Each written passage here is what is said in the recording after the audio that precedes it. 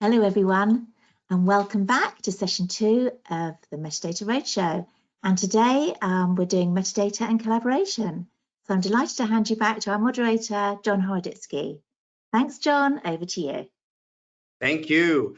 Good morning, good afternoon, good day, everyone, and welcome to session 2 of the 2022 Metadata Roadshow. I am your moderator for today's session, and it is on metadata and collaboration. And what we're going to do is do some quick introductions, and then we're going to get into our very informative discussion for today. My name is John Horodyski. I'm an executive director at Salt Flats. I've been doing all this good DAM, metadata, taxonomy, governance, all this good stuff for over 20 years. I had the pleasure of working with a lot of clients in North America and Europe, Fortune 10, 50, 100 and up, all good of industries, consumer packaged goods, retail, media, pharma, all those good things. I'm also an adjunct faculty at San Jose State University in California, where I teach a graduate course in digital asset management. I've been doing this good stuff with the Henry Stewart Events Organization for many years now. Also write for the Journal of Digital Media Management. If you haven't subscribed, I highly recommend that you do. I also do a monthly column for CMS Wire. I wrote a book on DAM many years ago, and my new book on metadata, Metadata Matters, came out this year. My pronouns are he, him, his. Today I'm coming to you live from a hotel room in New York City, and I'm going to pass it off to my esteemed colleague and friend, Lisa Grimm. Hello. Hello, Lisa. Hello, John, and thank you so much. It's always wonderful to be on a panel with you, or really to do anything with you. For those to whom, you know, John is a new face, watch this space. He's definitely always giving good DAM advice.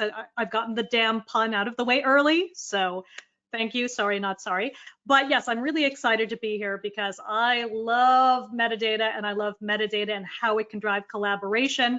I've really seen a lot of evolution in this space. I've been working in DAM and in DAM adjacent industries for the better part of the past 20 years in a lot of different places across the US, across Europe. And I've been, up until this point in my career, always on the sort of customer side. I've been the DAM product owner, or basically the person dealing with all of those things back and forth, roadmaps, governance, all of that stuff internally. But I am now on the vendor side, and I'm excited to be working now for Digizuite, and I'll introduce you to one of my colleagues in a moment. But it's my first time on this side of the fence, if you like, and so it's interesting to flip things around and see how it works the other way. But I'm really, really excited about this particular topic because, to me, you know, DAMs have always had metadata, but thinking about collaboration helps get people out of that sort of old thinking about how DAM is just where you store your things. To me, this is really helping people think about, ooh, the metadata we use and the way we build and evolve that metadata model mean that we can really do things with our assets. We can get them to the right people. We can make sure we have workflows that do things. And again, I like to have this idea of the DAM being kind of a gym to improve your assets. It's not just where they're stored. So, you know, thinking about it as just an image library, old school thinking, this is what drives that forward. So again, it's a topic I get really, really excited about, but there's other stuff I do too. I have a podcast about beer. You can go listen to that if you want to. Hit me up later. But I am really, really excited to also introduce my colleague, John Tell. I sit in Dublin, Ireland, but our company is based in Denmark, and I wanted to bring a little bit of Scandinavian flair. So with that, I will turn over to John to introduce himself. Thank you very much for that. So my name is John Tell. As previously mentioned, I'm situated in Copenhagen, Denmark. I've been working as a solution expert for Digizuite now for almost 8 months, I would say. I come from a background with a lot of focus on the development aspects. So I started off my career doing a lot of UX and UI design, which then translated over into more of a deeper back-end full stack role. And over time, I transitioned over to the sort of consultancy aspect where I do deliver kind of the expertise and knowledge that I've acquired over those years. And I also try to, you know, choose the platforms, or I tend to go for the platforms that speaks to me a lot. I do care a big time about user experience, but also development experience. And I believe those two fit very well together in order to create that perfect solution where you can actually do more than just storing your assets. I don't have much more to say. I don't have that great of a track record yet, but I'm super excited to be here. And rising star, I like that. I'm super excited to be here, and hopefully I'll be able to add some value to this very interesting topic today. And yeah, you can find me on LinkedIn. I do have a website, but I'm not going to publish that right here, right now. We'll do that for the next webinar. Over drinks. Over drinks, yeah, even better. Thank you very much, John and Lisa. We've already got some people who are not only DAM and metadata fans, but we have some beer fans too. So this is a nice way to start the presentation. This is good. Before we get going, just a little bit of a background on the Metadata Roadshow. So it's 4 sessions. Today we are doing metadata and collaboration with Digisuite. We have Orange Logic next week doing UX UI, and then the week after with Aldous talking about taxonomy. Why are we doing this roadshow? Well, we want to talk about metadata, we want to talk about technology, we want to talk about business and process, all the good ways to help you manage your metadata better, stronger, faster, all those good things. We're going to be talking about new approaches, best practices, case studies, lots of good examples, good times, bad times, the other times. And each session, definitely a very rigorous Q&A because we want to hear from you. This is a learning session for all of us, and you know, no pun intended about being collaborative today, but definitely for everyone, if you're able to see that right side panel, the option is there to ask questions for us all. So we are definitely wanting to engage with you. Now, the best way to learn is to have some fun. So let's have some fun and let's ask questions and let's do things. For each session, best question that we can sort of, you know, the most challenging question. We're going to give away a Metadata Rocks t-shirt, still rocking it out after all these years. So definitely someone's going to get one of those. And I'm also going to give away a copy of my book. T-shirt might be more fun, but you know, nonetheless, here we go. That's what it is. All right. So Metadata Roadshow. Why now? Why are we doing this again? Well, because metadata is that sort of cool and everything. And truly without it, you really don't have anything. We all know that metadata is sort of the key to unlocking the power of all your content. It's that foundation of what you need. And DAM is really nothing without your metadata. Good thing is a lot of the DAM systems we're going to hear today from Digisuite, you know, they've improved and they've matured. So we're able to take advantage of the metadata management structures that are now available to us. And hopefully with today's discussion about collaboration, we can learn a little bit more about how the technology can help us out. But what are the types of fun things we can do with our DAMs? So we can create metadata structures, we can deliver better search operations, we can ensure there's a common language with our DAM so that we're all using the same words at the same time to the same people. We're trying to make sure that our company's content and knowledge is being shared more effectively, and technology and business and process can be a part of that working in tandem. And that's why we decided to do this series, because it's really just that important. We believe that metadata matters, and we believe that more people need to know about those good things. So let's learn a little bit more about metadata. Now, obviously, sort of foundational materials, we know that metadata is data about data. That's the simplistic version, but come on. It is so much more, and we're going to learn more about that today, but it's beyond that. It does give us the structure. It gives us the mean to where we are about, you know, a certain place in time.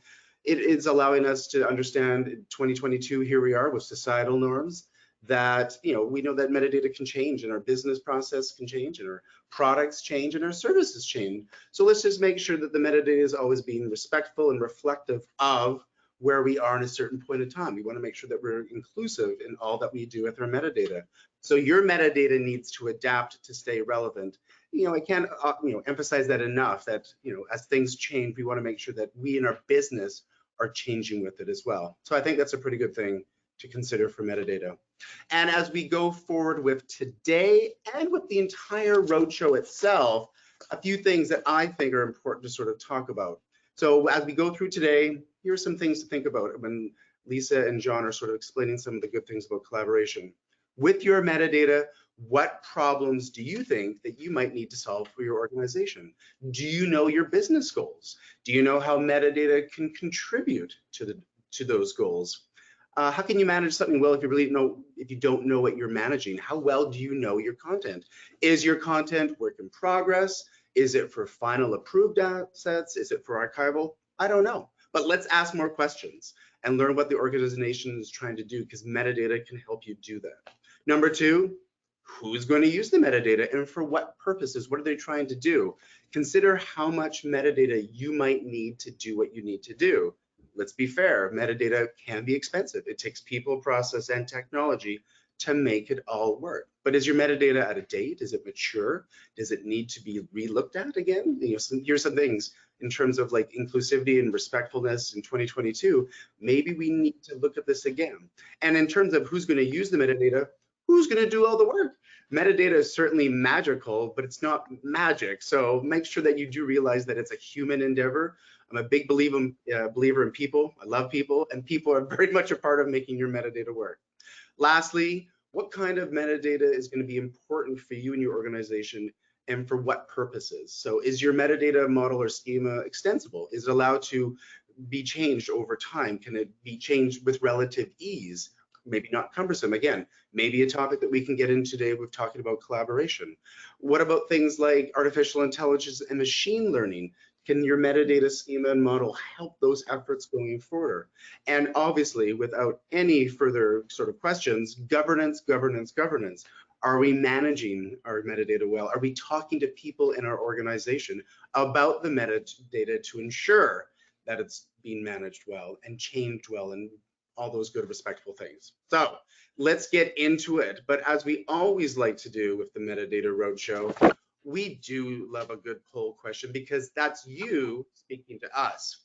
So the question of the day, everyone: do you use your DAM to collaborate with others on your team, whether it's internal or maybe external, maybe even both? So this is easy. It's going to be a yes, it's going to be a no, or it's going to be, you know what, good point, would like to. Lisa, I think I know what the answer's going to be. What do you think? You know what it might be? Oh, I mean, I know though that there's always going to be some people in the would like to, just because sometimes it takes a lot of time to get there. You know, you've got to lay that foundation, and I think I'll share a couple of sort of object lessons there, and maybe making sure you're prepared before you start that sharing. And there's no, this is the fun of doing a live question, because if you're in the would like to, that's great. That means there's something to do and improve. So that's good. Poll in progress. This is great. Look at the 75% of you. Well done, everyone. That is great feedback. I think we're going to tap it out. Look at that. Almost 60% of you are doing that. Well done, everyone. That's 13, great. The no's, would love to learn a little bit more, but look at the encouraging 30% of you are saying, you know what, I think I should, I think I shall going forward. That's a great response. Lisa, was that somewhere? Yeah, absolutely. And I think that's what's so important, is to be doing things like this and making sure you're doing the research before you dive in. Not that you can't change it as you go along. Sometimes you've just got to get stuff out there, but I think it's really important to think about how are you using metadata to do that collaboration. And I'll say I've seen some things done in a way that might be the wrong way, might be the right way for another organization, but it really, as you know, you've really got to think about what works here. But going back to your point about what are the business problems we're trying to solve here, because I've seen a couple of times, more than once, where people have tried to use metadata as kind of the way to get people access to the system, and it's like, you can use that for certain things, but when you're trying to sort of force things through that way, you can get into some really ugly places if you're trying to give people access to certain assets or not to other assets based on that, versus maybe saying, you know what, we can solve this another way with different user groups or different groups in Active Directory or whatever it is you're using. Because sometimes it can be easy to say, it's almost like, we'll fix it in post, we'll fix it in the metadata, and it's like, okay, but is that the right thing to do? Again, you want to think about what makes sense there. And I think it's always good to, again, be doing things like this, find out what other people are doing, find out what's working and what's not, and say, hey, what is it we're trying to achieve? We don't have to copy anyone else, but we need to hear what did work, what didn't work, and maybe what are some pitfalls to avoid, because that's always one that keeps coming back to haunt me. I'll still wake up in a cold sweat years later thinking, why did that happen? It was just, so difficult then to manage that model. And your point about metadata is expensive, almost whether you do it right or wrong. I'll say it's more expensive if you do it wrong, because you have to keep fixing it. and keep fixing it. So make that investment up front. You know, it's people, process, technology. It's not just one thing. You really want to make sure you're thinking of everything. But that said, as we all know, as we've all seen, you know, you're never going to think of everything all at once. This is always going to evolve, and that's why the G word is so important. Look at all G word, that. everyone. We're already seeing a ton of questions come in. This is very exciting. This is the whole point. The feedback is already coming through. Metadata, yes, it is expensive. For those of us who are doing the cataloging and schema creation, do you have suggestions for monetizing, quantifying the value of DAM?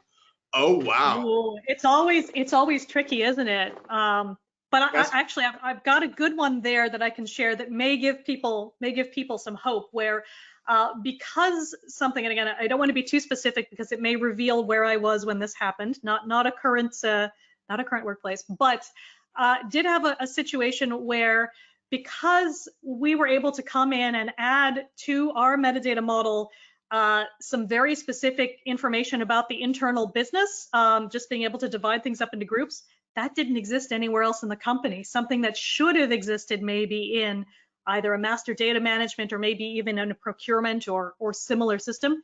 It didn't exist anywhere, but because we had to create it in order to give people access to things, suddenly that was worth a huge amount of money. Now, that's a case where, you know, you still have to be like, we did this thing and it solved this problem that shouldn't have existed in the first place, but it's one way you can come at it. Well, and this was asked by Joseph. Thank you, Joseph, for asking that question. Many people talk about the ROI. Lisa, you've heard of that many times over, right? Yes, absolutely. Not only what the business case is, but then what's the other side, which is the return on investment. And for many organizations, it could be quantifiable, you know, in the sense of like X amount of hours it used to take, and now the X amount of hours has been reduced, you know, by 10, 20, 30, 40%, et cetera. Have you seen a lot of those types of measurements, or where people are saying, look, it has made us more collaborative, it has increased time to create new assets? Have you seen that type of thing? Yeah, absolutely. And you're so right, though, that can be difficult sometimes to quantify really specifically, not necessarily because it's hard to get to in different tools, but because you don't often have a baseline. So you're kind of guessing at what you had before. But I think a lot of that you can measure through sort of sentiment and seeing how just how your team is feeling, because there are some things where if you no longer have to go find a specific asset, you know, look at it, email it to someone, send it through an approval cycle that, again, maybe is happening in email.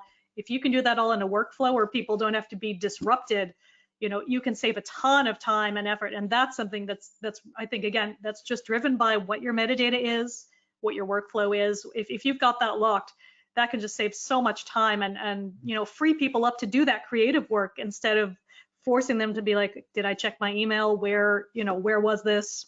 Finding it, all that good stuff. And even for Joseph, and if you want to follow up with this, maybe to Lisa and I, we don't, you know, everyone's got different reasons for doing what they do, and there's different metrics that we all need to respond to in our organization. And for some organizations, it might just be, I can't find what I'm looking for, and Absolutely. I've wasted an entire day, and I have phoned people and they don't know. That's money that you're losing because you're not, like you say, Lisa, you're not creating the stuff you're supposed to be creating. No one wants to be sitting at a computer going, I can't find it. That's just not acceptable. It's 2022. We should be able to find these things, shouldn't we? Absolutely. And the other thing I've used as a kind of ROI discussion, if you like, and this does not work in every industry, but if you're in a regulated industry, the cost of getting something wrong is astronomical. So that could be pharma, that could be finance, that kind of thing. If you've got something in the wrong market, that is huge. That's hugely damaging to the business. I mean, there's a reputational impact there.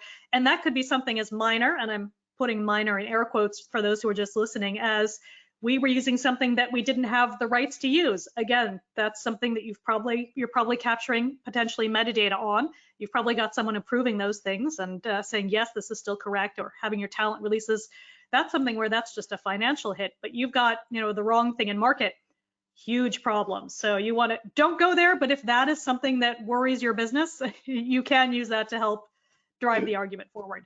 Yes, your manager and your manager's manager and beyond and beyond will not be happy to see the wrong ad in the wrong market with the wrong language, with the wrong, et cetera, et cetera, et cetera. So let's not do those. Okay, so let's move on to another sort of topic, which is collaboration 101, which is, we're talking about the business needs, the user needs, products, services, everything's sort of changing. And obviously, you want your metadata to adapt and sort of change some things. But let's talk about sort of the who's, the what's, the hows of all these things. Like, how well do we know? Is our content out of date? Has that meaning changed over time? It might have. Is it potentially damaging? What about the new products, concepts that might have affected your organization? These are collaborative ways upon which that you work with your creative team, your marketing team, your production team, potentially, just to understand that, with collaboration, you can stay on top of these things and you can sort of adapt and be relevant as we go forward. Lisa, how are you seeing these types of collaborative opportunities? Yeah, I think an opportunity is exactly how to look at it, because I think these are things that are not solved by technology. You still really need to make sure you have the right people in place. Your technology can make it a little easier to make those changes to do the actual implementation, but you really need to make sure you have the, again, the big G, governance. You've got to be doing that regularly, whether that is something you do quarterly. So, again, it's going to depend on your business, but it's so important just to be reviewing these things. And even if it's something where it's not necessarily the meaning has changed, I think where I've seen this most often is maybe you have a product that's in this market and suddenly it has 8 other names in these other markets. Which one do people actually know it by? How are people trying to find it? And that can really shift, because you may see a huge uptick in one term versus another. But if you're not tagging both of those terms, or if you're not in some way kind of crosswalking them, that can get really, really complicated. People can't find what they're looking for. And it might be tagged. You might say, well, the metadata is all there. But unless you're reviewing that model and having users, people who are, living and dying by this is their bread and butter, you want to make sure that they are really having input into that. But again, so important too, and I'm glad to see more and more people stepping into this space from a diversity and inclusion perspective to say, let's make sure that the terms we're coming up with aren't offensive, that we, if we have old ones that are, let's try and solve that, and let's get the right people in to solve it, and not just kind of assume we, whoever the we is the right, the right voice for that kind of thing. So it's also about making sure that you are including the right people. And I would say, especially for those who work in the GLAM sort of museums, libraries, this is a huge, huge area, and you really need to do a lot of work, especially if you're tagging old, historic collections. So. Do you think there is some sort of a equality between like collaboration and governance? The two very much have to work together. I mean, it's sort of implicit with governance that you're collaborating with people, but do you see some sort of a connection between those two words? Yeah, I think so, because again, thinking about always going back to what are the business problems you're trying to solve, and making sure that, again, if you're driving a workflow or driving just getting the right content to the right people, you need to make sure that those people are involved in getting the, those words together. And governance is so important. And again, that could be the entire topic for another time, but always. It allows the opportunity to be collaborative with your teams. Many of us and many people on the call today or the webinar or even viewing afterwards might be solo DAM managers. Mm-hmm. How does one, you've seen that before, Lisa? Yeah, I've been one, and yeah, and that's the thing. And then it's about figuring out who are your end users, and a lot of times those may be external people you never see, but it's still trying to figure out what is that feedback loop. And you may not get a really direct feedback loop. This might be something where you're having to go in and figure out, where are people, abandoning search terms? Where are there things where people just aren't finding things? So this may be something where it's just you, kind of, and sort of the admin side of your tool trying to dig in there and see what you can find out. But at the same time, if you can cultivate some of those relationships with end users, even if they're people who only come in, once or twice a year, it can at least give you something. It's a mechanism to at least have the opportunity to talk about it, as opposed to not having anything. Absolutely. You need those chances and those opportunities to sort of say, how is it working for you? How is it not working? We always want to be continually improving our DAM, our metadata going forward. And there are different collaborative ways. And again, that's why we're here today to talk about collaboration. Let's talk more about the who's behind some of these things. Many of us are fortunate enough to have, librarians on their team, being a librarian. I'm a big believer in the power of librarianship with metadata and digital asset management. But people on your teams who are SMEs. SME stands for a subject matter expert. And we all know those people in the organization who just know what they're doing. They've been there for X amount of years. They know all the secret, acronym codes. They know where everything is. But then you've got your users, the power users, even the users who are disgruntled but will still, fight for the organization and fight for the power of your dam. Legal executive.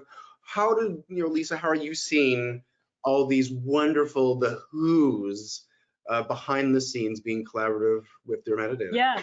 It's such an important one, and I think I've seen everything from very, very formal kind of taxonomy councils where people have hierarchy and it's sort of almost set in stone, and they meet X number of times a year and have a forum to be able to capture requests, to something much more lightweight and flexible where maybe you are letting people tag with whatever kind of folksonomies they have internally. But I would say, when I have seen that, it often then grows and grows, and then your governance is often one person coming in and sort of having to do that kind of reconciliation themselves and trying to trim it back down again to something a little more meaningful. Because I think that's also so important to think about, is just whatever you have, is it still meaningful? How do you make sure you are getting all this input from these people, whether it's formal or informal?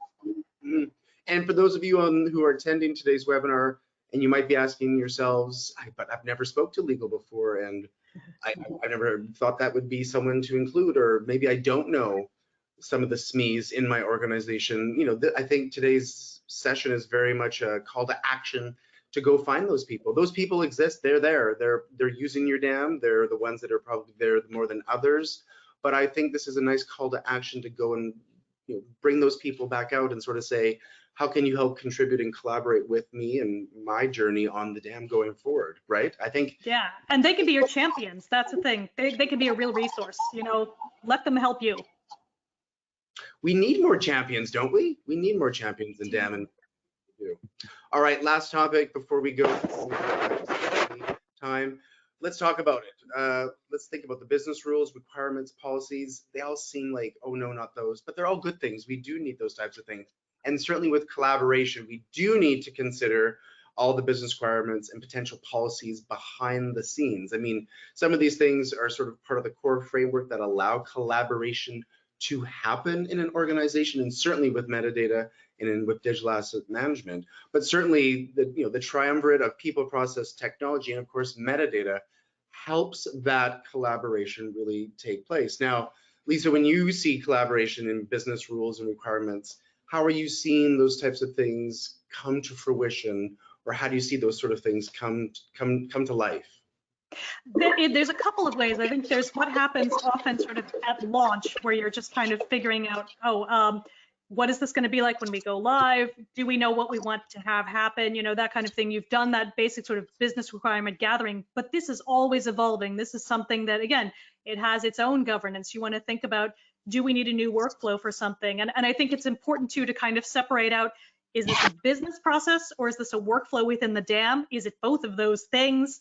Because they may mean different things to different people. And I think making sure that you have understanding with everyone internally is really, really important, just to make sure that, you can say, oh yes, that's something we can have happen, or is that something that happens somewhere else and then ends up in the dam that you need to reflect in some other way? If you do have, for example, an approval process, that might be happening in your dam. I love that, but sometimes for X or Y reason, it happens someplace else. Again, looking at you, pharma, often, how do you then capture that information and get it on the right assets and make sure you're still seeing the things so that people can take action on things, so that they can collaborate with the right people and take the right next step. So again, a lot of these things you do want to develop up front, but you also need to be flexible enough to say, we have a new need, we have a new business unit coming online. What does that look like? And how do you get them set up? So there's a lot to think about. And again, it kind of never ends. That's the other reason it's so important to think about both dam as well as all these processes and pillars underneath your dam as ongoing programs. This is not a project you do once and you're done. This is, all the required care and feeding. And I think, again, especially with the metadata, this is where your users are going to see it if it's not working, because either they're not getting things routed to them, or they're not finding things, or they're finding too many things, and that's bad too. So this is where kind of the rubber hits the road, if you like, and it's invisible to a lot of the end users. So it's also often doing some socializing on why this work is important and how their input is so valuable to make it happen. Well, and I know your experience with pharma very well, and maybe we'll get to that later, but definitely for those of you who are attending today, you know, approvals, it could be very important. You might have regulations, you might have compliance. That big word, it means a lot for many people, and there's reasons we need to be very considerate about compliance. But a question came in, and usually I don't do this, but this one's so on the mark for you, Lisa. Thank you for this question. This is really timely. The question, Lisa, do you think it's a good idea to run use case studies with both new employees and established ones, helping to see the type of terms they both use and how they might be different? Great question. That is a great question. And I love that idea. So I think, do you have the time and resources to do that? If you do, yes, go for it, please. That sounds amazing. If you can get those fresh eyes able to really, you know, just sort of take a look at this and have someone saying, I don't understand why we're doing that. That is some of the best feedback you can get, is to, you know, have someone say, but why? Then you can make it easier. Yeah, and if you're able to do use case studies, I mean, shout out to anyone who has the ability and the time to do that. What a wonderful opportunity to bring that back to the organization and be, you know, continuous dam improvement going forward. Excellent question. I want to just put that in there because it was very timely. Tons of solo dam. Shout outs for everyone who's doing solo dam. Well done. That's an entire conference. I think we should have let's get all the solo dam people together in a room and, you know, maybe we talk beer. I'm not sure, but we should get them all at some point. All right, Lisa, collaboration. What do we say? What is it? What is it? What is collaboration? And that's the thing. And again, I'm going to go back. This is always my hobby horse, is, you know, if you have the right foundation, you can do so many things with your assets. You can, you know, again, you can make sure they're going to the right person. But really, I think what is most sort of the selling point for me is if you can automate, you know, again, based on what your metadata is, all of those annoying tasks that you don't want to do day in, day out. It gives you so much time to do other things, but none of that works unless you have the right model. And again, unless you have that kind of regular care and feeding. And I'm going to just flip over to John Tell for a minute. I know, John, we've talked a lot about some of the things we see a lot. Do you want to share a couple things, and then we can maybe show people too what that looks like? We've got a couple of things queued up for you. Absolutely. Yeah, no, I think in terms of where we, you know, if we look at collaboration, what it means to the people I speak to on a common basis, it tends to have a sort of a, I don't want to use the wrong word, but like sort of a primitive sort of baseline.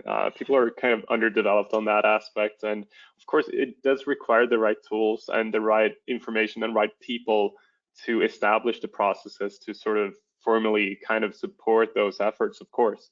But I think, you know, the common ones we see, you know, people utilizing expired assets. That's always a very, very common thing. We talk to some clients who they come back to us, and, you know, speaking on the topic of ROI, they get a ROI of our system within, you know, a month of implementation, just out of legal sort of issues that they would normally run into. So, you know, there's a lot that can be done, and we can showcase a little bit of a video snippet on how we can, like, in a very, very simple manner, sort of manage that from a dam. And I think this applies to most dams on the market today. Should we run that video now, or should we sort of wait a little bit with that? Or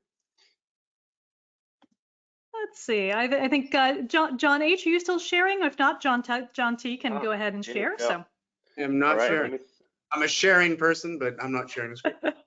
All right, so I'm gonna share here. It's hopefully this works as intended. It's just a very short video where we will give you a flavor. How, yeah. To hopefully explain what is you know, how little metadata is required to actually establish a process to avoid those fines or whatever. Yeah, little goes a long way. Yeah. Yeah, exactly. I'm going to play, and that's going to mute me, so I'll unmute straight away. So what you see in the picture here right now, or in the video, I'm going to pause a little bit because it's moving really fast. So there was a little notification at the top, and that's done because a background job on these assets that you see on screen right now, there's set a automatic expiration date based on the agreement that's been set with the photo agency. So they have an automatic date applied as a metadata field. And in the background, there's an automation checking on a daily basis to see if there are any assets that has, in this case, less than 2 weeks left of expiry. When that happens, the brand manager gets notified, and he gets directly pointed to the actual asset, and we'll see which channels this asset has been published to and also the expiration date. From there on, he can notify the channel owners or unpublish it straight away. In this case, he sends it over to the web creator, who is responsible for the optimized integration in this case. The web creator, he gets a notification. He gets, again, a link to the asset. He sees the expiration date. If we wanted to, we could also show where it's being used on the platform. But from there, he can take simple action to just archive or remove the asset from the platform as soon as they've taken proper action from the optimizely side of things. Super easy. So it was just one metadata field. It was the expiration date. And then automations were pretty much doing the rest with some minor input from humans through the workflow setup. Hopefully that was somewhat inspiring. Very simple, I know, but very strong simple. case, and it really does tend to pay off even the smaller things. Because I guess at the same time, we don't want to overcomplicate it, and when it gets too complicated, it might become more of a curse than a blessing. Yeah, I think that's really important about keeping it simple wherever you can. From a governance perspective, that's less to review, but I think it also really can highlight the importance of making sure you have obviously that descriptive metadata that's going to help you find things, but also having that technical and that administrative metadata. You want to make sure you've got all of those three bases covered, because that's really what lets you, again, kind of create actions, whether that's through a workflow or whether that's, again, just making sure someone can find the right thing to take an action on it. You know, if you don't have, or if you're not capturing things like expiration dates, or it could even be, a particular file type. And again, you might have a lot of this kind of stuff under the hood. You might have a lot of this sort of automated, but not necessarily exposed. You're going to think about use cases. But I think this is so important to think about, again, what are the things you're trying to do, but also think maybe, are there things we're not doing yet, but we could do if it were already built into our model? So again, that's another reason you want your governance to carry on, is it's not just about having these findable assets, it's about having assets you can do things with. And especially when you're thinking about collaboration, to me, that's so important. It's not just finding a thing, it's doing a thing. So make it really, make it a verb. It's not just an object. So that's my big. Yeah. One thing you taught me, or I learned from you, Lisa, a few months back, I love this saying, you have the traditional sort of metadata, but you can also have actionable metadata. And I think that's a very, that's something that needs to be taken into consideration for use cases like this. And it's a very strong addition to the often existing DAM capabilities. So I'd strongly encourage everyone to look into what use cases are relevant to their business, because I'm sure there's a lot of examples out there already, but there's tons of opportunity here for businesses to make their life and their employees' lives much easier. Yeah, absolutely. And to think outside the box a little bit with that too. I don't remember, John T, if you had the kind of out of the box thinking video teed up here as well, but just might be good for people to see it and just see what it looks like. Absolutely. Sure. I didn't try talking into these videos before I recorded them, so yeah. I might speak a little fast here, but let's see if we can do that again. I'm gonna share my screen. I do not see the same. Do we see my whole screen now? I guess. All right. Sharing. Here we go. Sorry. Now it's coming up. So I'll be ready to unmute. All right, so for this use case here, it's a bit different. Okay, so we're gonna, in this here, we have some assets that are slightly discolored, and we'll add a annotation on this to then send this over to the photo agency to make some retouches to this image, because it was simply not what we kind of it doesn't look like the real life example. So we'll add a little meta tag or a status tag to say needs approval retouch, which will then automatically trigger a workflow again. This will send the asset to the photo agency. The photo agency can then log in. They will get that same information and the comment that was just left on that asset or the annotation left on that asset. And from there, they can, well, now I'll talk a bit slower again. So I can breathe. So there's a comment saying this needs to reduce slightly in saturation. So what happened now in the background, the photographer then jumps into Photoshop. I'm gonna pause real quickly here so we capture this. So the photographer then opens up the integration that is directly inside of Photoshop, where he will find all the assets that he has access to. But in order to actually find this particular asset, we've also added some metadata to kind of add some additional filtering options when it comes to the integration here. So he can open the filter panel and check under the tasks where he will see requires edits. And this simple metadata tag was added automatically throughout the workflow process. So now it's super simple for him to find the right asset. So back unmuted. So he filters out on the ones that he needed. He only has 2 assets available, super easy and as easy and simple to find. He makes the changes that are requested, and then he sends it back where the original, the one requesting this change will be notified again to then either do to either approve or send it back for another retouch. Super simple, but again, just sort of different ways of utilizing metadata in a more meaningful manner rather than just describing what's in the assets. You can make it for the photo agency here, use that metadata to find the assets super easy. It again, fairly simple, but also very strong. Like this photographer might have thousands of assets available in his repository, and we can really do a lot with automations and workflows to help them throughout the process and help the collaboration process. Yeah, and I think again, like you say, this is something where in a kind of traditional sort of situation, this is emails back and forth. This could be days of trying to get something done. If you can do it all without disrupting people's sort of other work life and get them the asset they want where they want to work, like your example there, if your photographer or your retoucher is in Photoshop, but everyone else might be in the DAM. Again, you can power all this from your DAM with the right data model. But again, that's why you want to have that governance continually, thinking what are other apps we want to integrate with? What's that going to look like over there? And how are users who maybe don't even realize they're using the DAM use the DAM? So I think that's maybe the next level challenge is once you have these really, really distributed systems, you've got to think about where your assets might be and what kind of metadata is traveling with them.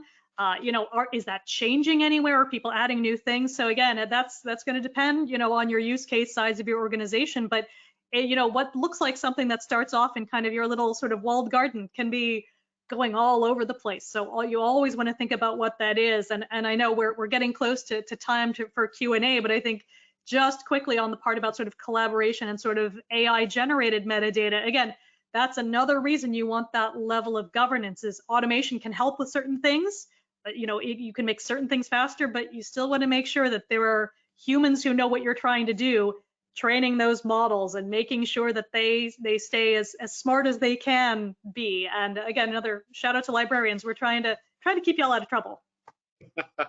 This question just came in, actually. It could be for you, John. It could be for both John and Lisa.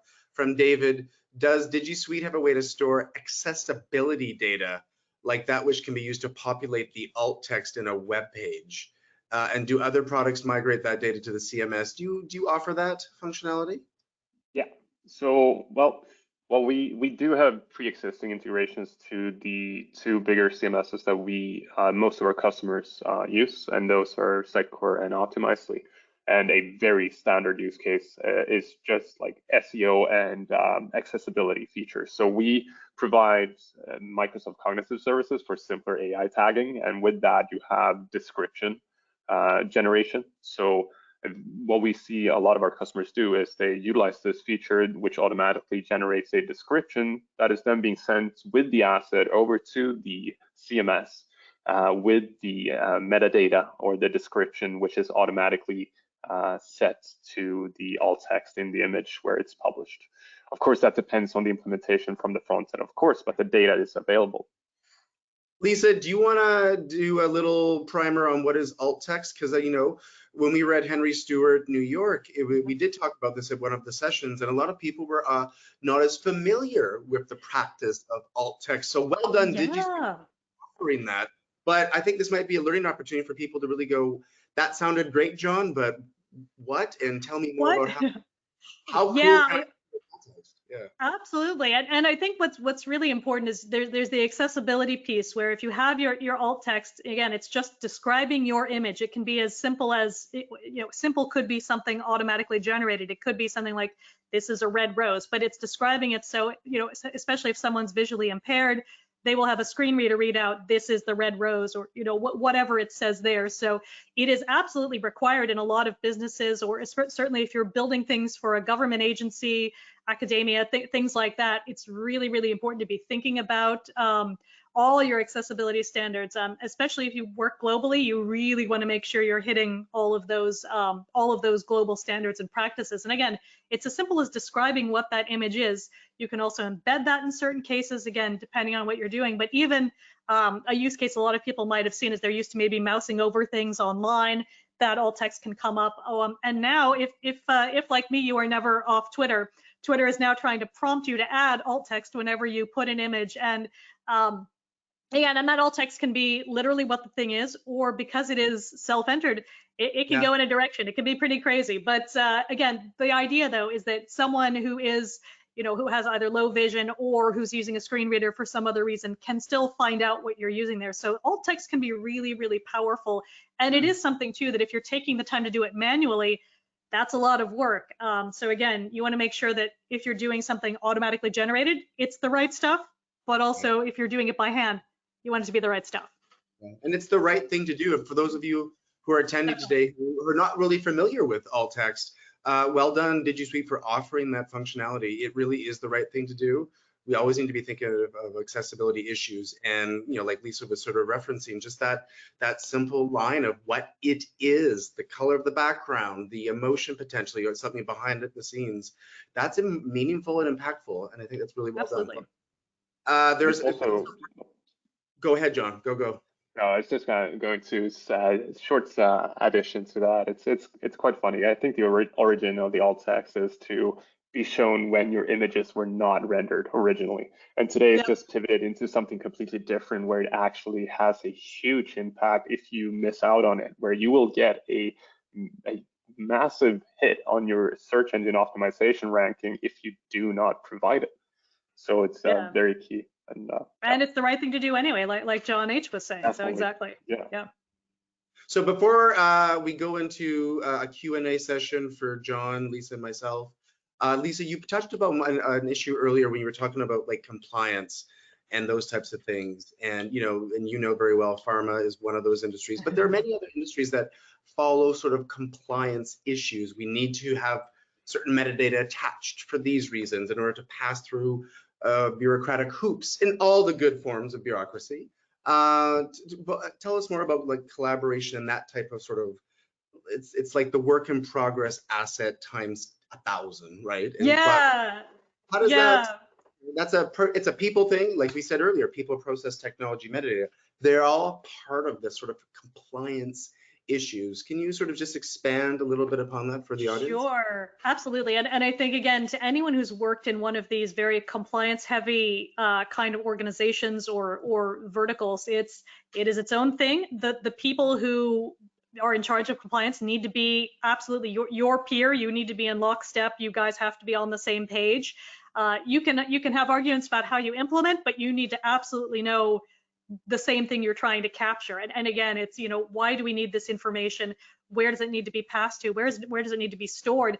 And you can get into many, many, many levels of complexity in terms of even things like storage. Is this something that can be stored in the EU? Is this something that can be stored, in North America? Do you have to, again, sort of have walled gardens for certain kinds of things? And if you have a global metadata model, you may have problems trying to make it fit everything. And again, especially with something like pharma, where, for example, if you're approving an asset and you have to be completely compliant in, sort of FDA compliant in the US, but what you're doing for, say, France is similar but different, and sometimes you have to store these things in different fields, and you have to think about languages too. And actually, and I know, John, being Canadian, you'll know having to have things in English and French, even something that simple can be really, really complex when you're trying to manage a taxonomy or manage a data model, because it's not as simple as just letting it auto translate. But back to just sort of compliance, it's very, very tricky, just because there's so many different things to think about and so many different potential sort of compliance regimes to look at. And a lot of times, putting the vendor hat on for a minute, people will ask us, oh, are you compliant with X or Y? And that could be something like HIPAA, or it could be something, there are many, many different things. When I was at AWS, I was on the compliance team there and learned so many of these things exist. And it's never as simple as ticking a box. It's always a shared responsibility. You have to work with, in lockstep with your vendor, with wherever your data is being stored, with your compliance officer when you're developing that data model. So there's a lot that goes into it, and it's something, again, we could spend hours and hours talking about just that, but it's that people, process, technology has to be so on point, and then you can roll it out and find out what you missed. But you got to get it right. You got to get it right. Governance. They all work together. And John, you even mentioned earlier about like expired assets. Like that's something as simple as a notification to tell you this is out of date. There is something newer to use. Please don't use this. We will archive this. We won't delete it, but please use something else. And I think in compliance and collaboration is one of those issues where technology can help us, because it will remind us, did you do this before this asset goes live or before this asset is being submitted? Technology can really push and prod us to be, mindful of the process behind compliance, right? Absolutely. Completely agree. Yeah. So I think we're going to go into questions now. Any final closing arguments, Lisa and John? Anything final closing collaboration comments for the day? I'll let John go first, because he and I have chatted a little bit, but I have my always special little wrap up. But yeah, John, I know you've learned a ton already just in the time you've been with us and what you saw previously as well. So I know you've got some great thoughts just on, you've seen things.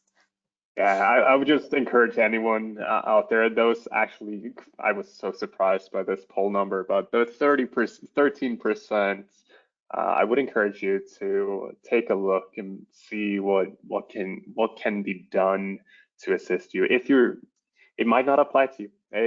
That might be the simple fact that it doesn't apply to you, but if it does, please explore the option. Assuming your software or your platform sort of supports it as well, then do it for your own good. Yeah.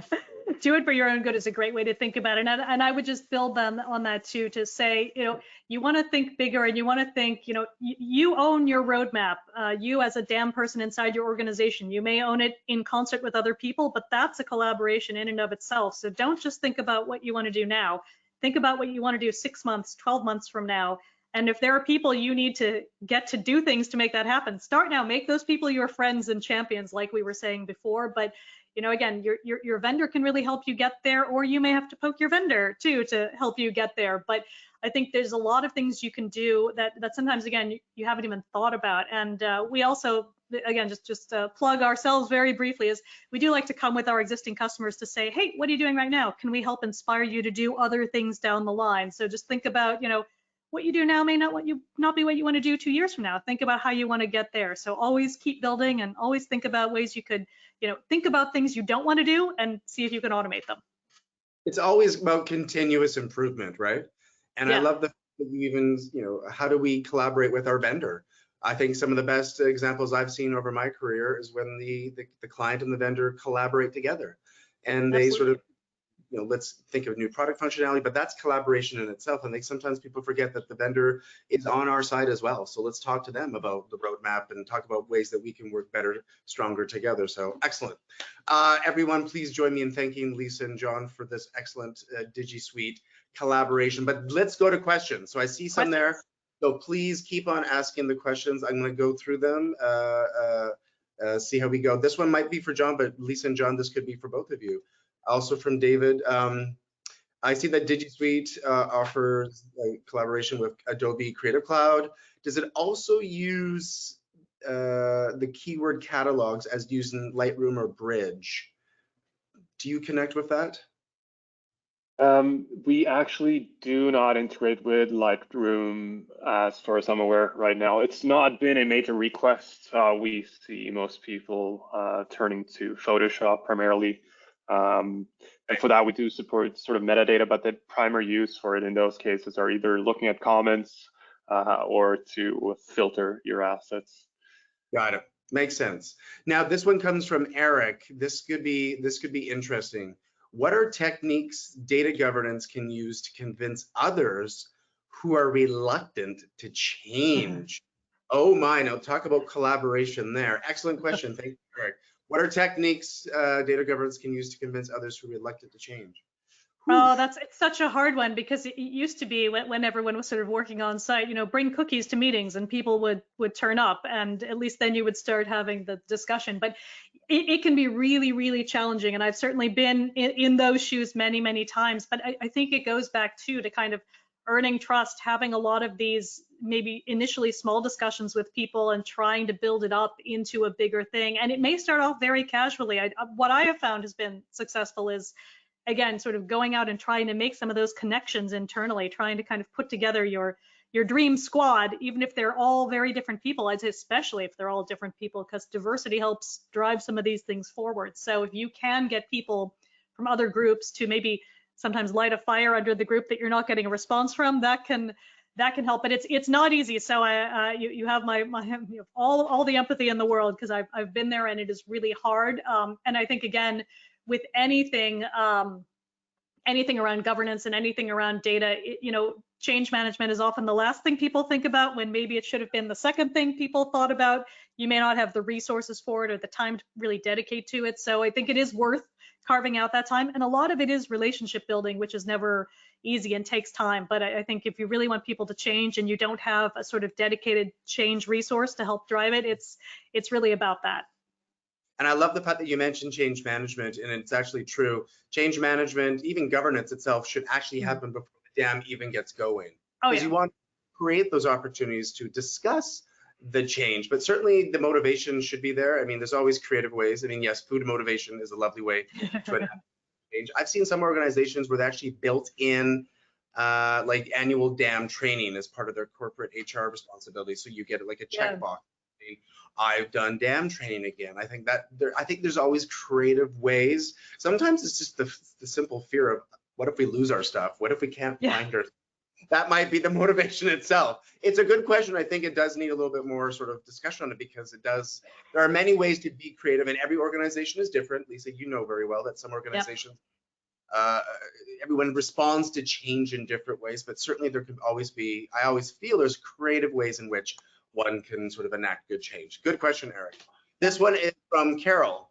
Interesting. For corporate dams, do you Digisuite, Lisa, John, do you provide full access to external vendors, partners, or limited access based on permissions?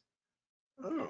Ooh, what? I guess it's going to be a combination. Like, what do you want to do? Back to what's the business problem you're trying to solve, and how do you want to do that? And I'll let John speak to some of the technical pieces, but this is always perennial question, especially if you work for a big global organization that has, for example, a lot of agencies or freelancers, third-party people. How do you give them access for how long, and what are they using to get access? But John, I'll let you speak a little bit to some of the ways we've implemented that. Yeah, so usually what we see a lot of customers doing when it comes to providing assets to external agencies for collaboration or for just sharing, it would be through collections. That's what we call it. That's sort of a grouped grouped, well, it's a collection. It's a group of assets that can be very easily controlled of who can do what with those assets. So it's a very easy way when kind of, when you need to kind of tweak the access level a little bit ad hoc, and that's what we commonly see. And then for some, it usually depends on the size of the business we work with as well. Some just, hey, go in, do your thing. You're an admin just like me, and we're like, oh, what are you doing? But still, people tend to do it in very different ways. But we will always encourage people to take the rights management seriously, because you never know what can happen. So always keep that in mind. Yeah, but I think that's so important, because for some people, everyone who uses their DAM is an external person, and it's it's purely what they're trying to do. So, but yeah, keep your rights management in-house, please. It's that important, right? It's certainly that important to keep it. Shout out to Henry Stewart. Someone said they learned about alt text because of the Henry Stewart event in New York. That's we're great. here. That's great. That's what we're here to learn and see new things. This is the way it should be. I love that. Thank you. Question for Julian. Do you have examples of sending lists of expired assets or null searches to content teams to fill in those gaps? Interesting question. Ooh, that's interesting. I've definitely seen and have been involved in the past of sort of sending big lists of assets that are going to expire in the next 60 days, 30 days, and then either letting the team go ahead and figure out, do we renew these, do we or do we let them expire, that kind of thing. And that's certainly something you can have depending on what you're trying to do, pretty sophisticated workflow around that to try to make sure you're capturing all that. I've also seen where maybe you send out an email that's generated from the system that says, hey, these are expiring. And then it's up to the person to figure out what they want to do. And then if you don't have that feedback loop to kind of make people do something, it's a little harder to keep track there. I don't know if, John, you would want to share anything else there, but. No, I don't. It's not my strongest topic, unfortunately. So I wish I could add more value to that response. No, all good. No, I think for me the biggest thing is it's very easy to send out lists of those expiring assets. It's not always as easy to get people to take an action unless they're forced to do that by something in a workflow, or so even, and it may not be a workflow in the DAM. It may be a workflow in an integrated system like a RIKE or something else that's kind of forcing a business process to happen. Mm-hmm. This was an interesting question from Deanna, talking about security policies are great. How does that work with collaboration? I think that's an interesting one. I think we need to unpack a little bit more of what security might mean. But Lisa or John, how do you feel? I mean, you obviously see security policies, user permissions, roles, et cetera, et cetera. How does that sort of work with collaboration? So from John, my end, you start, and then I'll jump in.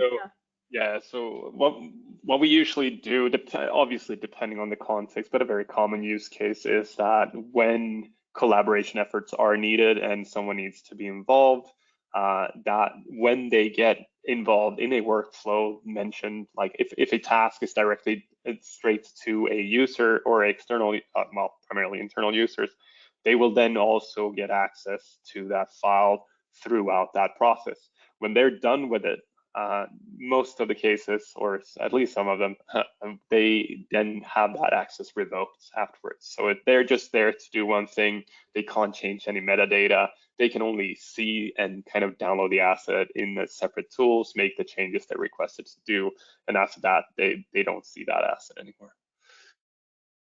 Yeah, and I would just.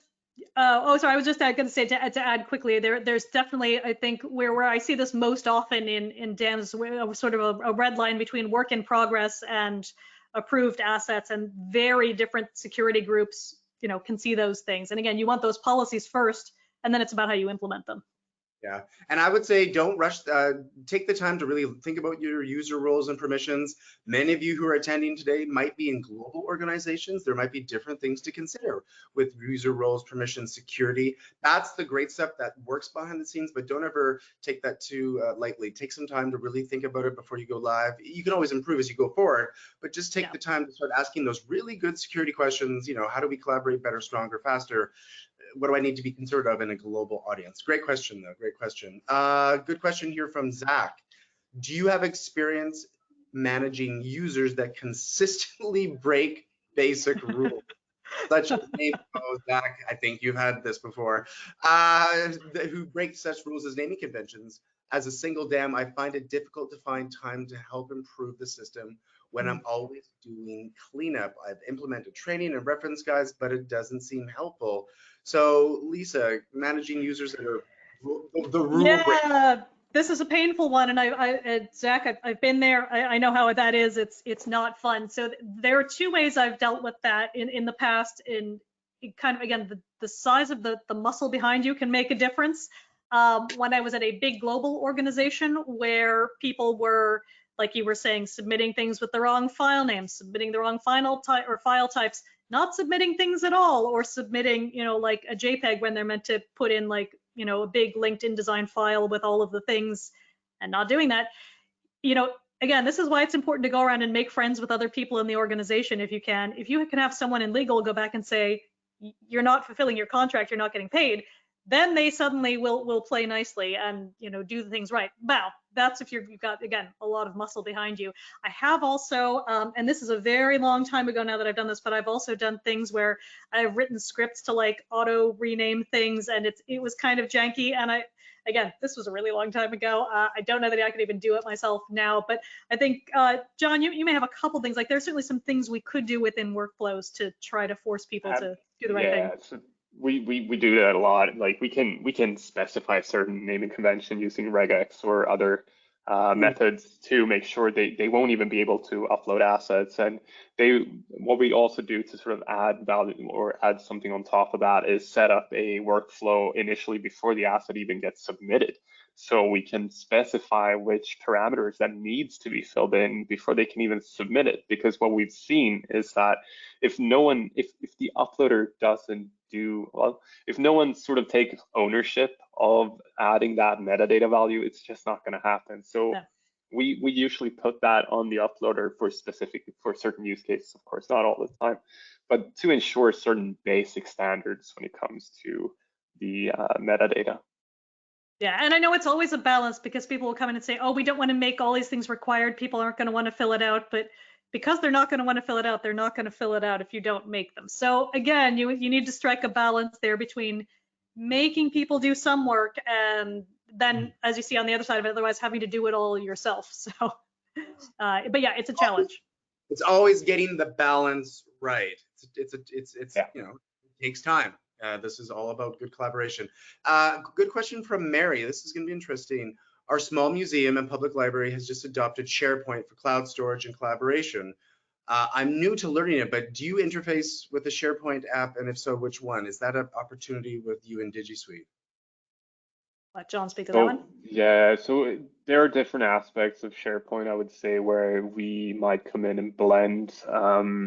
We usually, like most of our customers, they move from SharePoint into a DAM because they find SharePoint as sort of it doesn't provide the flexibility and metadata sort of model structuring that they need in order to actually make it, provide them the benefit they're looking for. They tend to use SharePoint as this centralized file storage, and they set up some folder structures, and then just working with it, it doesn't work all the time. What people tend to do in those scenarios, because it's a bit bulky to work with, they start downloading the assets to their local computers, and then they use that local file instead. And that's just kind of ruining the point of centralizing those assets, because something might go out of date, and then you're still utilizing your old sort of piece. When it comes to there is, I know, some sort of page building components of SharePoint where you can kind of add your assets as images on those pages. For that, we can provide like assets through our browser extension. It's a super easy way to have that accessible, easy to grab a link and just paste it in there. But normally, yeah, as I said, like they tend to move from SharePoint over to Digisuite. And I would encourage Mary, if you have more questions, I mean, Lisa and John, not to speak on your behalf, but I'm sure they would be more to be able to help fill in some other blanks for you that may, because that is a big question. And that, I mean, that's like Lisa, I think you and I could talk about DAM and SharePoint for a Absolutely. And DAM and museums, I'm always happy to talk about library and museum world and how you have to kind of build some of those, again, some of those business cases to be able to move from where you are to where you want to be. So always feel free to follow up with me after. I can hopefully give you some been there, done that. I think a little bit more time to just a few more questions. This one from Dale, do you use webhooks or some other automated functionality to notify users when an asset they've downloaded has been modified or expired? That might be too technical, I don't know. John? Downloaded. Oh, we could. So our platform, I mean, if we want to ask technical questions, I'll answer in a bit of a technical sort of way. So our platform is API first built. All the features and functionality, such as in-system notification, is available through the API.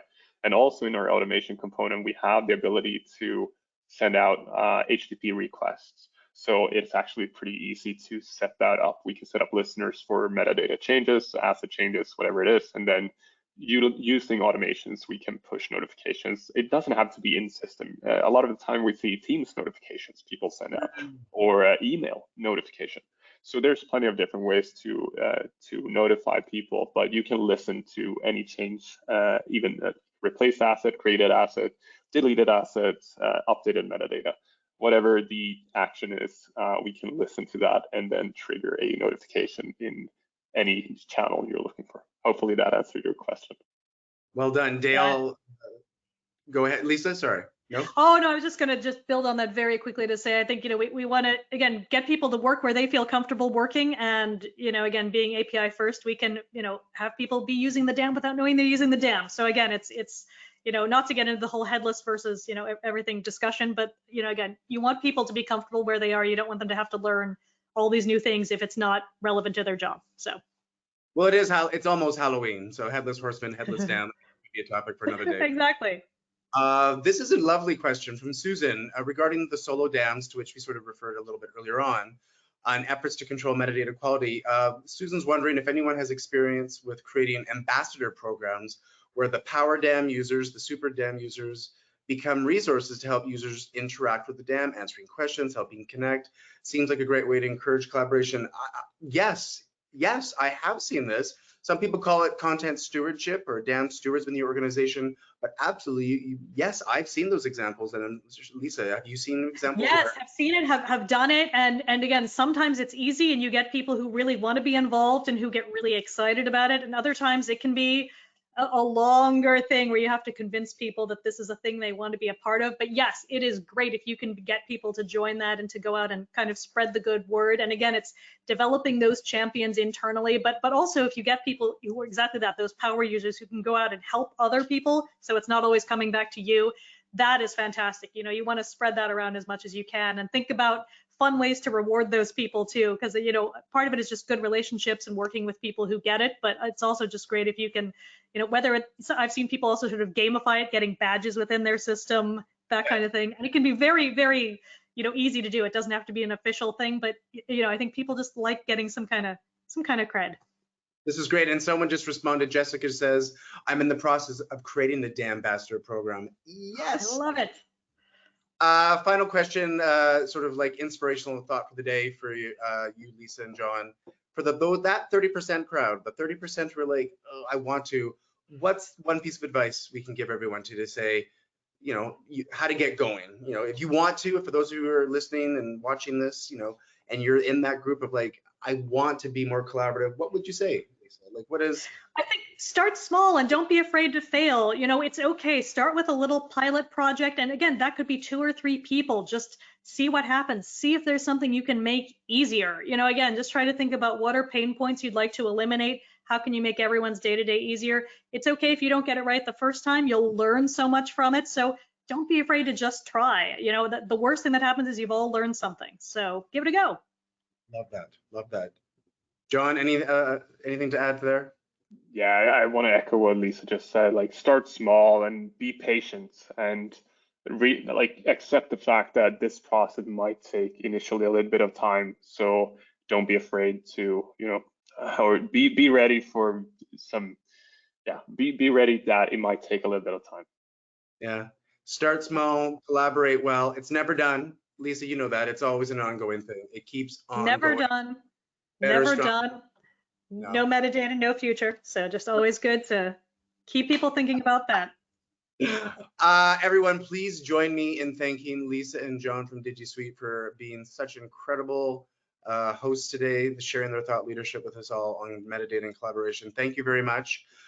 For everyone joining us today, yes, you will receive a link to the recording afterwards. For those of you who asked questions, Lisa and John might be able to sort of fine tune some of those questions and maybe start engaging with you in a different way, but that will be coming afterwards. And we look forward to seeing you all here next week to do this all over again. Lisa and John, thank you so much for metadata and collaboration. Thank you. Always a Thanks for pleasure. having us. Thank you. Bye, everyone. Have a great day. Bye.